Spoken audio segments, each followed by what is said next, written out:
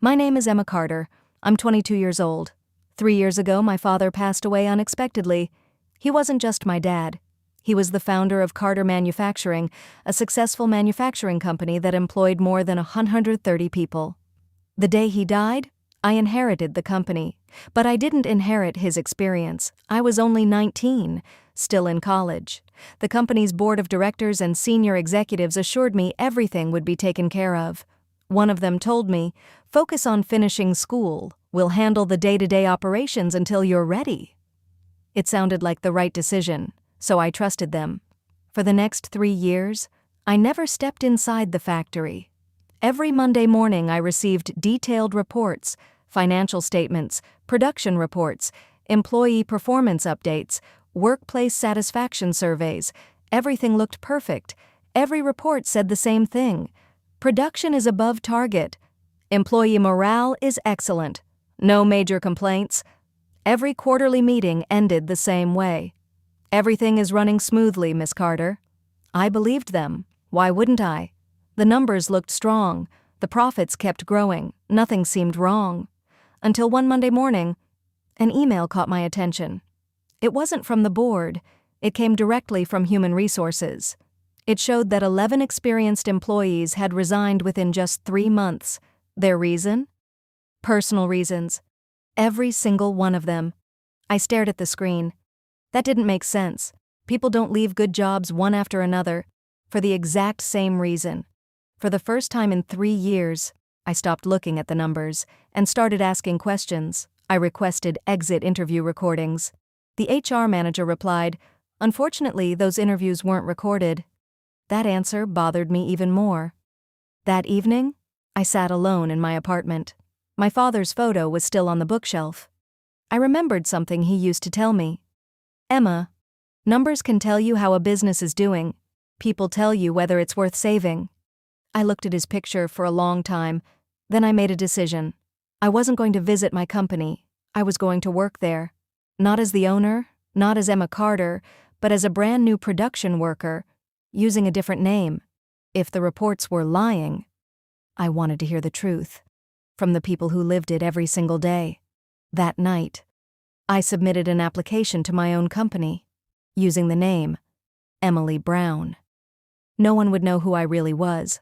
Not the managers, not the supervisors, not even the CEO. Only one person knew my plan, my father's attorney. And together, we were about to find out what had really been happening inside my company. 3 days later, I stood outside the employee entrance of Carter Manufacturing. Not the executive entrance, not the front lobby, the same gate every production worker used. I wore faded jeans, a plain gray t-shirt, steel-toe boots, and a blue baseball cap. My long blonde hair was tied into a simple ponytail. There wasn't a single thing about me that looked like the owner of a multi-million-dollar company. I took a deep breath. For the first time, I was walking into my father's company as a complete stranger. The human resources assistant barely looked at me. "Emily Brown?" "Yes." She handed me a temporary ID badge. "Assembly Line B. Report to Supervisor Rick Thompson." No smile, no welcome, just another new hire. As I walked through the production floor, I immediately noticed something strange. The machines were modern, the building was clean, but the employees looked exhausted. No one was talking. No one was smiling. Everyone worked with their heads down. The atmosphere didn't match the reports I'd been reading for 3 years. A tall man in his 40s walked toward me. "You the new girl?" "Yes, sir." "I'm Rick. The faster you work, the easier your life will be." Then he leaned closer and said quietly, "And don't ask too many questions." Something about the way he said it made me uncomfortable. Rick introduced me to the assembly team. A middle-aged woman smiled warmly. "I'm Linda. If you need help, just ask." Before I could thank her, Rick shouted across the floor, "Less talking. More working." Linda immediately looked down and returned to her station. Nobody argued. Nobody even looked surprised. It was obvious. This happened every day. The morning passed quickly. I intentionally worked a little slower than everyone else. Not because I couldn't keep up, because I wanted to see how new employees were treated. It didn't take long. Rick walked over. "You call that working? If you can't do the job, we'll replace you tomorrow." His voice echoed across the entire production floor. Several employees looked at me, then quickly looked away. No one wanted to become his next target. At lunch, I carried my tray to an empty table. Before I could sit down, Linda walked over. "You don't have to eat alone." A few other workers joined us. For the first time all day, people actually smiled. One young employee introduced himself. "I'm Jason. I've been here 2 years." Another woman laughed quietly. "Feels more like 20. Everyone smiled, but it wasn't the smile of happy people. It was the smile of people trying to survive another shift. I asked casually, "So, what's it like working here?" The table went completely silent. Jason looked around first, making sure no supervisor was nearby. Then he answered carefully. "The job isn't the problem. The people running it are." I didn't say anything. I simply listened, and within my very first day, I realized something that every report had hidden. The biggest problem in my company wasn't production, it was leadership. The next morning, I arrived 15 minutes early. Not because I had to, because I wanted to observe. The parking lot was nearly empty. One by one, employees started arriving. Most of them looked tired before their shifts had even begun. Then I noticed something. An older maintenance worker was struggling to unload a heavy toolbox from his truck. Without thinking, I walked over. "Need a hand?" He smiled. "I'd appreciate that." Together we carried the toolbox inside. "Thank you," he said. "My back isn't what it used to be." "My name's Frank. I'm Emily." He shook my hand. "You seem different." I smiled. "In what way?" "Most new employees try not to get involved." "You helped without being asked." By lunchtime, I had already learned something important. The employees weren't lazy. They weren't careless. They were simply afraid. Every decision had to go through Rick. Even replacing a broken pair of safety gloves. Every small mistake became a public humiliation. Nobody dared to speak up. That afternoon, I noticed a conveyor belt making a strange grinding noise. It didn't sound right. I had spent years watching my father inspect factories through videos. I recognized the sound immediately. I walked over to Rick. "I think that machine should be checked." He didn't even look at it. "You've been here 2 days." "I've been here 12 years. Get back to work." I quietly returned to my station. Less than 10 minutes later, the conveyor suddenly stopped. Boxes fell onto the floor. Production came to a complete halt. Technicians rushed over. One of them looked inside the machine and sighed. If we'd stopped it 10 minutes ago, this would have been a 5-minute repair. Now it'll take hours. Rick glanced at me. He didn't apologize. He simply walked away. That evening, Frank found me in the break room. "You saw that coming." I shrugged. "I just got lucky." He smiled. "No. You were paying attention." Then he leaned closer. "Can I tell you something?" "Of course." "I worked for your father for almost 20 years. I froze for a split second, but kept a straight face. Frank continued. He knew almost everyone's name. If a machine broke, he came to the floor. If someone got hurt, he visited them. He wasn't perfect, but people trusted him." Frank looked around before lowering his voice. "Things changed after he passed away. The people in charge stopped listening. They only cared about numbers." That night, I sat in my apartment reading another weekly report. It said, "Employee morale remains excellent." I couldn't help but laugh, not because it was funny, because it was the exact opposite of what I had witnessed with my own eyes. For 3 years, I'd been reading polished reports, but after only 2 days on the factory floor, I knew the truth, and I had a feeling. The worst discoveries were still ahead. By the end of my first week, I knew one thing for certain. The employees weren't the reason productivity was falling. Something else was happening, something nobody was talking about. Every afternoon, the warehouse team counted the finished products before shipping. One Friday, I noticed something strange. The paperwork said 520 units, but the pallets in front of us didn't look like 520. I quietly counted them myself, twice. There were only 486. I checked again, same result. 34 units were missing. I walked over to the warehouse supervisor. I think the numbers don't match. He didn't even look up. They match. I counted them. I pointed at the paperwork. There should be 34 more. He snatched the clipboard from my hand. You worry too much. Just do your job. Then he walked away. That evening, I saw Rick talking quietly with the warehouse supervisor near the loading dock. The moment they noticed me, they stopped talking. Rick forced a smile.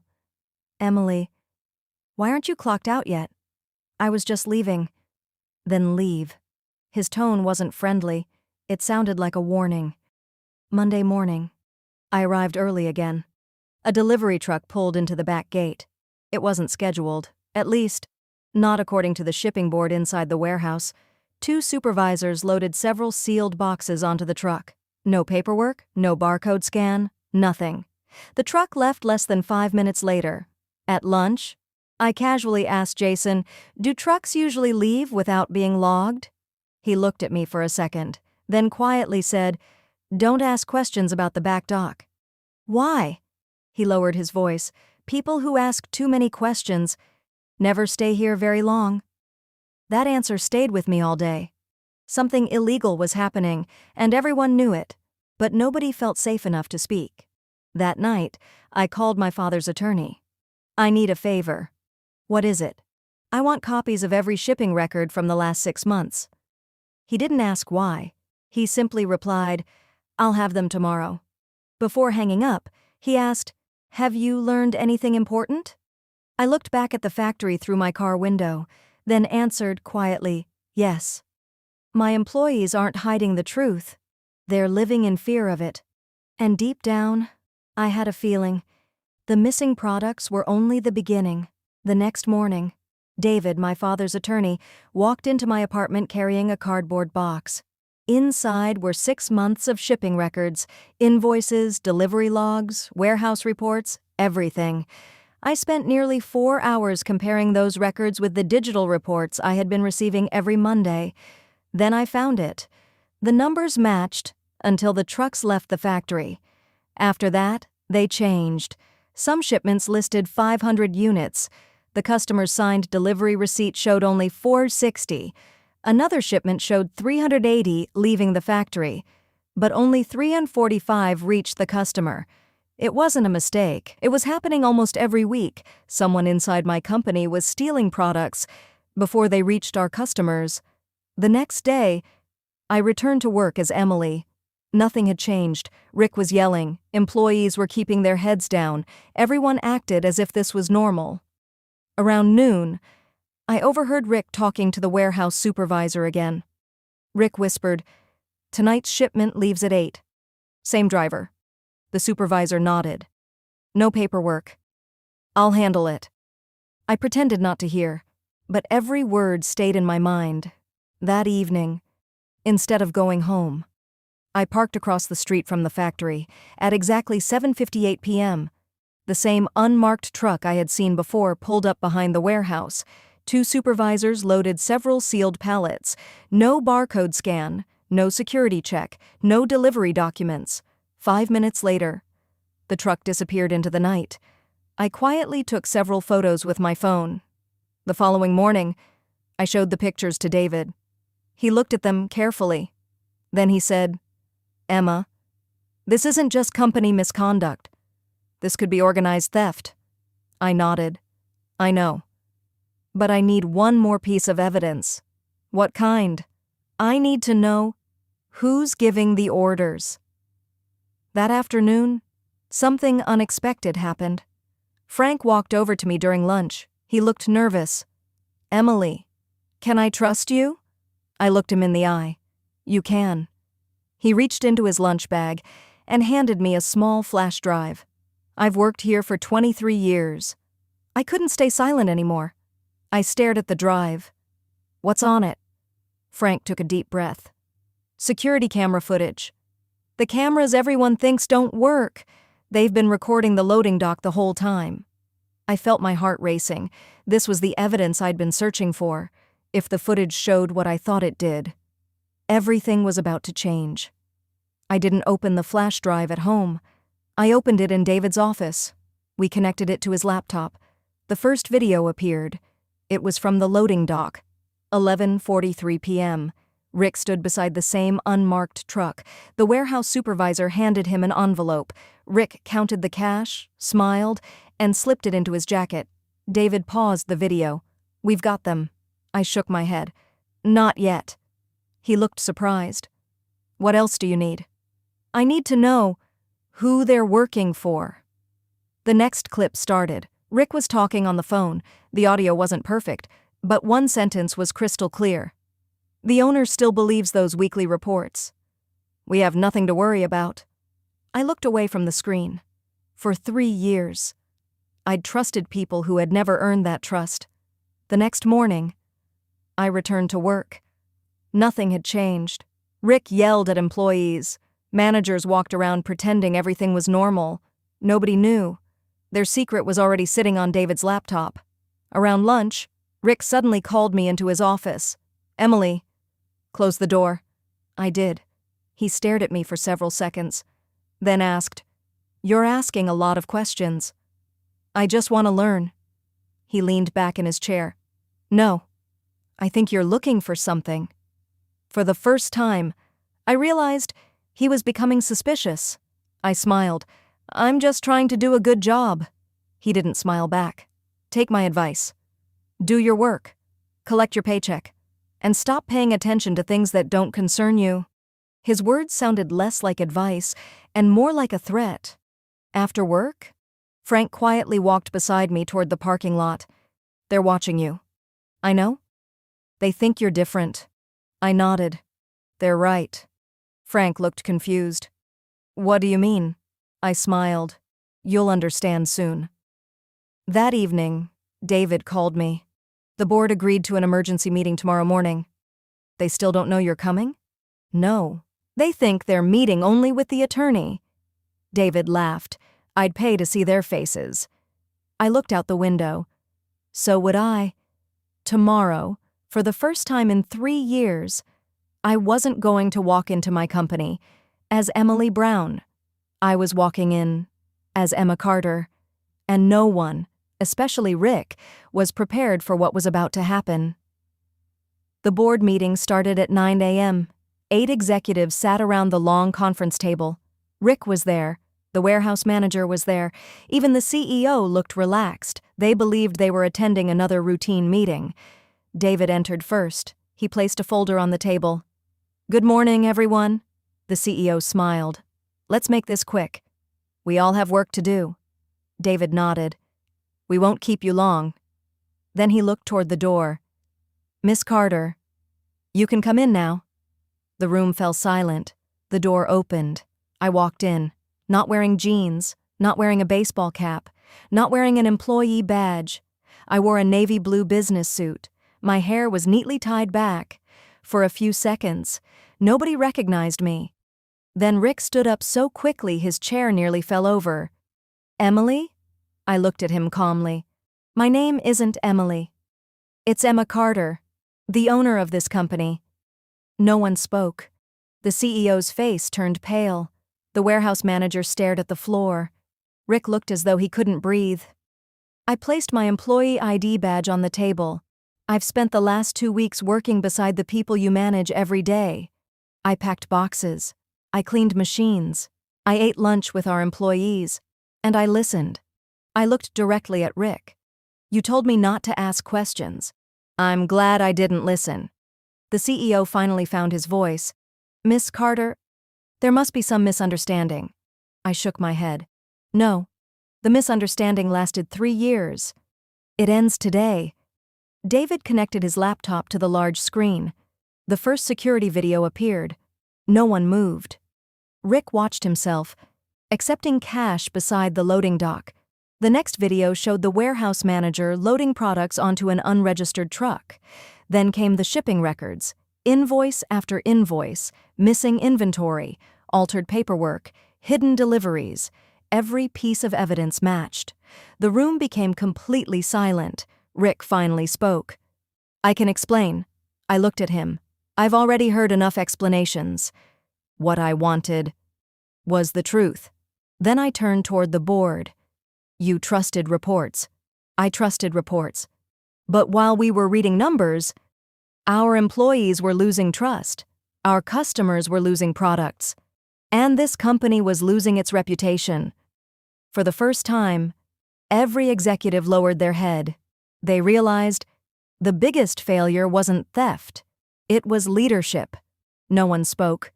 The silence lasted nearly a minute. Then Rick slowly stood up. "I made mistakes. But I wasn't acting alone." The entire room looked at him. He pointed toward the CEO. He knew. The CEO immediately shook his head. "That's a lie." Rick laughed bitterly. "A lie? You approved every fake report. You told us to keep labor costs low. You ignored every complaint. You only cared about quarterly profits." The CEO's face turned pale. "Be careful what you're saying." Rick reached into his briefcase. I already was. He placed a stack of printed emails on the table. I kept copies. Every instruction, every approval, every deleted complaint, everything. David picked up the papers. After only a few pages, he quietly looked at me. "They're authentic." The CEO realized it was over. I stood up. "When my father built this company, he always said something. Machines build products, people build companies." I looked around the room. "You stopped seeing people. You only saw numbers. And that's exactly why this happened." I turned toward Frank and Linda, who had been invited to attend the meeting. Both looked nervous. I smiled. "Frank, you had the courage to protect this company, even when nobody else would." He lowered his head. "I just did what your father would have done." I nodded. "And that's exactly why I'm promoting you to operations manager." Frank's eyes filled with tears. I don't know what to say." "You don't have to. Just keep taking care of our people." I looked at Linda. "You spent 8 years helping new employees, even when no one thanked you." I noticed. She smiled through tears. "I never expected anyone to. Starting today, you'll lead our employee training program." The room erupted into quiet applause. Then I turned back to the executives. "As for the people responsible," David slid several folders across the table, "your employment ends today. Our attorneys will also cooperate fully with law enforcement regarding the missing inventory." No one argued. They knew the evidence was overwhelming. A week later, everything felt different. The shouting was gone. Supervisors walked the factory floor instead of hiding in offices. Employees smiled again. Suggestions were welcomed. Problems were fixed instead of ignored. On my first official day as owner, I didn't sit in the executive office. I walked through the factory, the same place where, just weeks earlier, I had been known as Emily Brown. Jason smiled when he saw me. "I guess I should call you Miss Carter now." I laughed. "No, Emma is fine." He smiled. "You know, this place finally feels like a company again." I looked around the factory floor. Employees were talking, helping each other, working with pride. At that moment, I finally understood something my father had tried to teach me years ago. A successful company isn't measured by the money it makes. It's measured by how the people inside it are treated. And I promised myself I would never again run my company from behind a screen full of perfect reports. The end.